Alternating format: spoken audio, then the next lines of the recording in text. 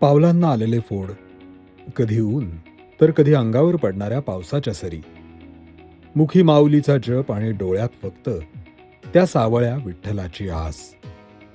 यालाच तर वारी म्हणतात.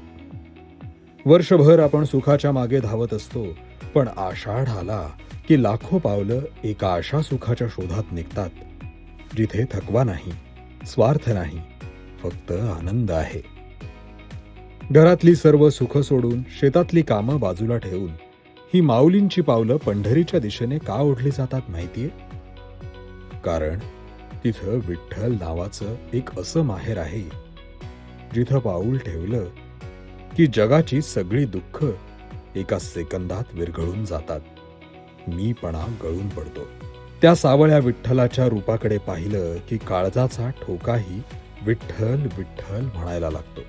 वारी म्हणजे नुसता प्रवास नाही, तर वारी म्हणजे माणसाने माणसाशी माणसासारखं वागून विठ्ठलमय होणं. या पवित्र आषाढी एकादशीच्या निमित्तानं आपणही आपल्या मनातल्या विठ्ठलाला साथ घालूया.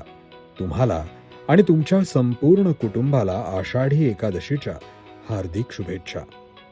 बोला पुंडलीक वरदे हरिविठ्ठल, श्री ज्ञानदेव तुकाराम, पंढरीनाथ महाराज की जय.